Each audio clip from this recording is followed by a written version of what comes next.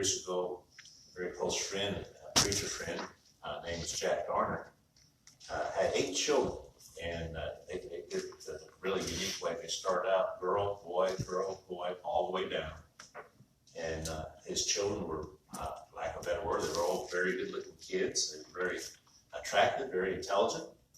But the oldest girl, I believe her name was Linda, she never grew. And she remained the size of a baby. Her head and her facial features did change somewhat as she grew older. But she was never able to speak or anything like that. And it was so strange for the younger siblings to have to take care of their older sister, just as if she were a baby. But what a tremendous burden that was upon the family. And yet during that time, they grew closer together. God blessed them. But Brother Gardner would often share that story with others, and he said, you know, what's even sadder than that is Christians that never grow, Christians that remain babies, and they're just like my little daughter Linda at the house. She has the head of a mature person, but she's a baby, and will never grow past that. And he said, that's so sad.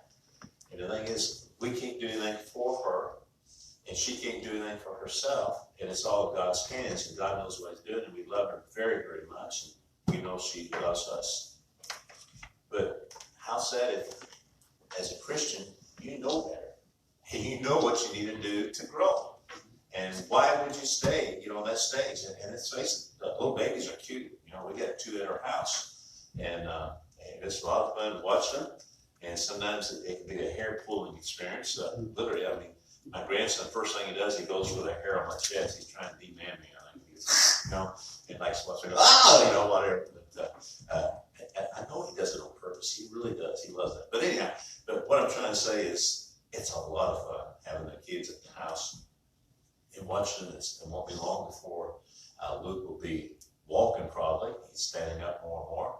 And so we're excited about that. And who knows, maybe we'll see him potty trained before they leave here. But anyhow, we've seen a lot of exciting things happen with the little ones around the house, and wouldn't trade his time for anything.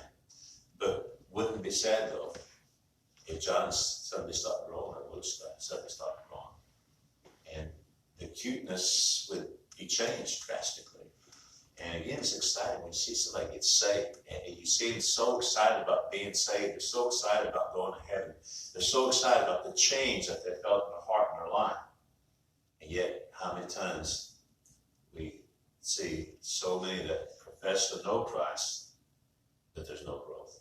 And so with that in thought, as we get into the scriptures here, remember Israel had just come into the promised land. As they came into the promised land, they had victory after victory, but there were some other things that happened too along the way. And I think that we can definitely identify with it as Christians as we look at our stories. Begin in verse 12.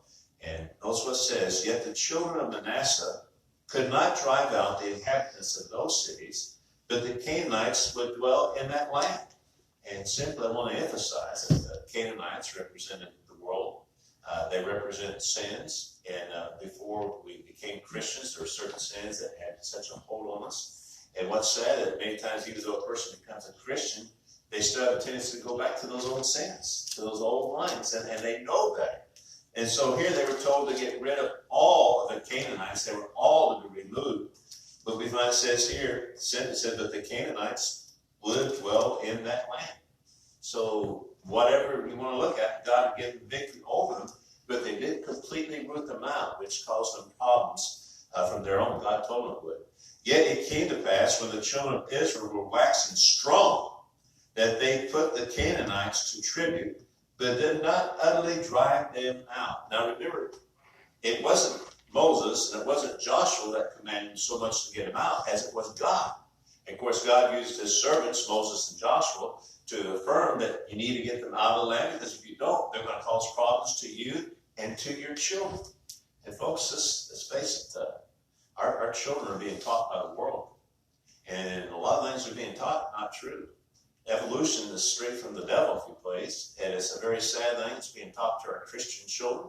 And so we need to work with them and be prepared for that. And amazing how many times I meet a teacher that teaches something online, but they'll say, oh, I'm a Christian. I'm thinking, well, what happened? You know, how can you teach this in all good conscience and then say that God's the creator, that he did through evolution?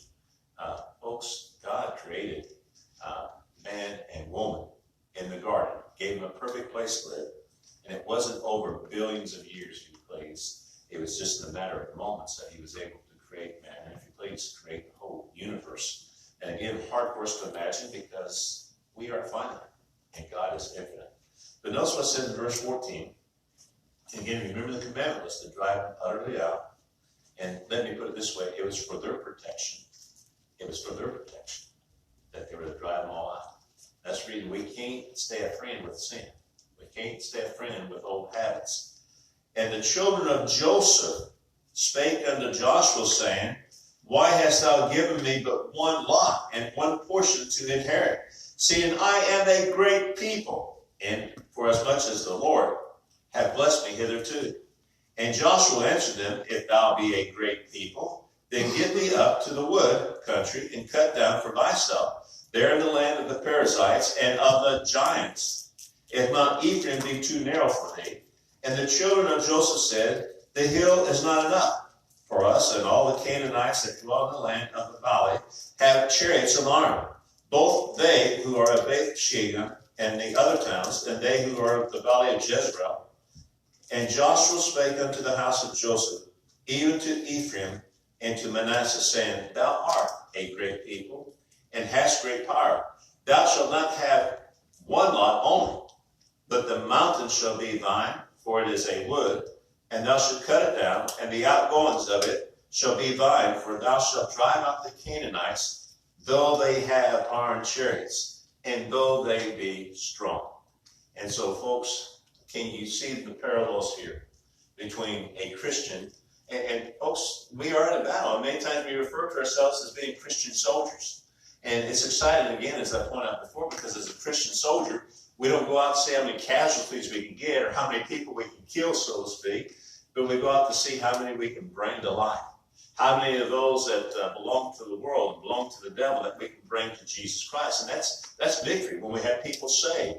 And so here we find that as they're talking, as this conversation is going on, Joseph's sons, Ephraim and Manasseh, they're talking to Joshua here, and as they're talking to him, they're saying, it's not right, you just give us one lot. And then he said, no, you got the two lots, but you need to go after the tree place. And he went home and explained where the giants are, the iron chariots. He said, you are a strong people, and you can take those. Basically, God had given them all those places, and all those, if you please, the giants and the Perizzites and all that. God had given it to them, but they had failed to claim the whole promise. They stopped short of complete victory. And how many times have we witnessed Christians that, well, just a little drink won't hurt anybody, you know? Just a little this or that won't hurt that much, you know? A little pornography, it's not, you know, I mean, just a little. It's not near what I used to do. Folks, is there any such thing as really little sins? And in our mind, we may say it's just a little sin. It's just a little line. But folks, sin is sin. And so again, it's a frightening thing to allow sin in our life. But if you know anything about sin, and I'm afraid we're all too experienced in the area, or we're not, you realize that if you allow one sin in your life, that second one's so much easier, and the third one, and the fourth one, and it gets to a place where finally you find yourself in chains, you find yourself hooked, you find yourself in bondage. And that's exactly what Joshua was saying to them. God's getting it. Take it now. And interesting how they worked with their sins. And they just simply said, well, we put the Canaanites to tribute. But we didn't know they'd drive them out. You know, we can make some money off it. We can make something in this deal. And how many times are Christians guilty of that very thing? Saying, well, it's not that bad, you know, whatever. And they go ahead and they accept it. And say, well, we don't need to become fanatics, you know. After all, I mean, we're saved and going to heaven. And, you know, it's okay. But folks, again, we need to be very, very careful. And so when I think in terms, again, we fail to grow when we exercise partial conquest. We need to look at sin like a poisonous snake that's fixing to strike. Folks, when you look at it that way and realize that you can't believe how fast the snake strikes. Have you ever been struck by a snake? Ever seen a snake strike? Okay, I guess I'm the only one that's mad at that. So, yeah, on TV I saw it. was out running there in Texas, and I had my German Shepherd with me. And as we were running down the road, I noticed all of a sudden as we were just coming around this corner, and there was a copperhead, and it was coiled, and that thing shot out. It shot at my dog, and I was thankful for it. But I mean, it was like it was here, and then it was there. I mean, just like that.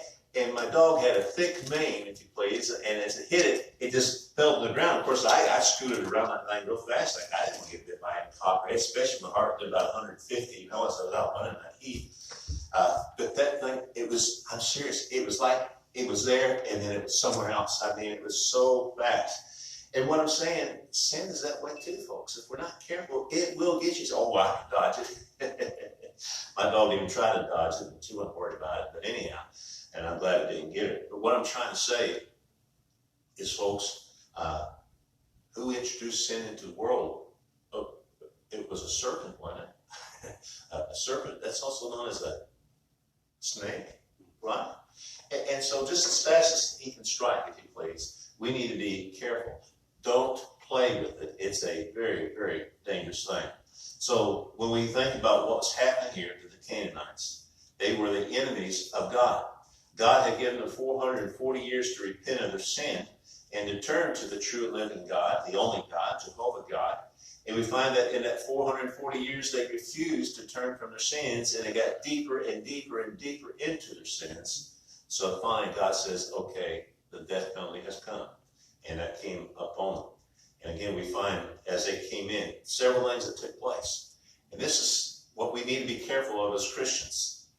A spirit of compromise. And how many times have I had somebody come to me and say, preacher, if you would just compromise a little bit. I remember a lady back in Bowie, Texas, and she had 3 young sons that were ended up being in our youth department for a time. But she just came to me and she told me, she said, Jerry, if you would just go ahead and allow Christian rock music in your youth department, it would really, really help your youth department to grow. And then that's where I went on and said, we can have a candy cigarette party, and we can have a what they call it, tobacco gum type thing too. And we could have near beer and all that sort of stuff too. She said, well, why would you do that for? I said, well, why would you want music that belongs to the devil and try to put Christian words to it? And then I just simply asked her, I said, you have one of those songs? Yeah, I did write that. And she had it in her car and she put it on. And she said, see, hear the words. And I said, I'm having a hard time understanding those words. But I said, can you turn the words off and just have the music? She said, oh yeah. She messed around a little bit. And so all I could hear was the music. And I said, if you didn't know that song, wouldn't you think it was from the world? Wouldn't you think it was just a rock group instead of a Christian rock group? And she said, well, they're really good people. But I said, how would you know the difference? It sounds just like the world because it's from the world. And so anyhow, it was an interesting conversation. But what I'm saying is that she encouraged me to try to compromise and make a difference. And the tragedy that happened to her family, and I will not go into that. But folks, it's a dangerous thing to compromise with sin, to compromise with the devil, to compromise with the world. We can't afford to do that, folks. We need to do what's right. And then the spirit of complacency. And perhaps this is one of the biggest sins that we face. Because when you allow certain things to happen, what happens? They reason within themselves, saying, well, if we keep the Canaanites here, they can make pretty good workers. And it'd be cheap labor. And not only that, we can charge them tax. We can charge them rental for living in what used to be their land. And it'd be a good thing. I mean, it needs money. And that's the way they were thinking. And folks, if you realize some of the immigrants that are coming into our country, some are very good people. Some are even godly people. But there's some that are coming in that they're coming here because they're wanted by the law in the other country that they just fled from. And they want it rightfully too. It's amazing. I was looking at an article from Georgia from a number of illegal immigrants that had been captured. And what was shocking, and they said they know it wasn't the fullest number, but they have some 780 of the immigrants that had been caught had all been caught molesting children, abusing children. in just that one state. And they said they knew it was far more than that, but they were from other places. Folks, I'm saying, why are they leaving these other countries? And yeah, a lot of them are leaving for good reasons, if you please, but some are leaving basically because they're trying to get away from the law and from facing the music, so to speak. So we need to be careful, and that's what happened here, is they allowed these people to continue to stay there, to worship their false gods. And as they worshiped their false gods, it wasn't long and their children were meeting their children. And it was, they'd say, well, why do your parents do this? And then they might say something, why do your parents do this? And they look at these things and go, what is that? And they go, oh, that's Baal. Don't you know what Baal is? Baal is the most powerful God. That's not what my parents told me. Oh, yeah, he is so, and what I'm saying, it's a dangerous thing to allow the world to become your friend and to bring them in and let them have a part in your life. And so again, we find something else that happens when we fail to grow in the Lord.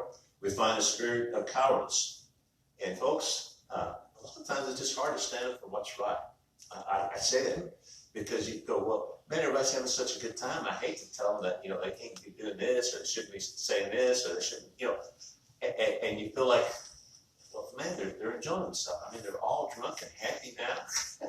What are you doing there? And other things that are going on. But folks, we need to be willing to stand up and do what's right. We need to demonstrate courage. When I think in terms, again, concerning failure, as a Christian, there's been times I've failed. And folks, I don't know if there's anyone out there that can raise your hand and say, I have never failed as a Christian. I didn't make it see any hands. But there's something that we can learn from failure. It's been said, and I'm going to quote somebody I thought I'd never quote from the pulpit. His name is Hank Aaron. Anybody recognize that name? And he said, I have always felt that although someone may defeat me and I strike out in a ball game, the pitcher on that particular day was the best player. But I know when I see him again, I'm going to be ready for his curved ball. So you see, and this is what he said, failure is a part of success. So he learned in that failure how not to work and to know what he was going to throw at him, so the next time when he faced him, he could hit. And the next time he could have victory, please, over that opponent. Then Robert E. Lee, and Robert E. Lee was a great Christian, was a fantastic man.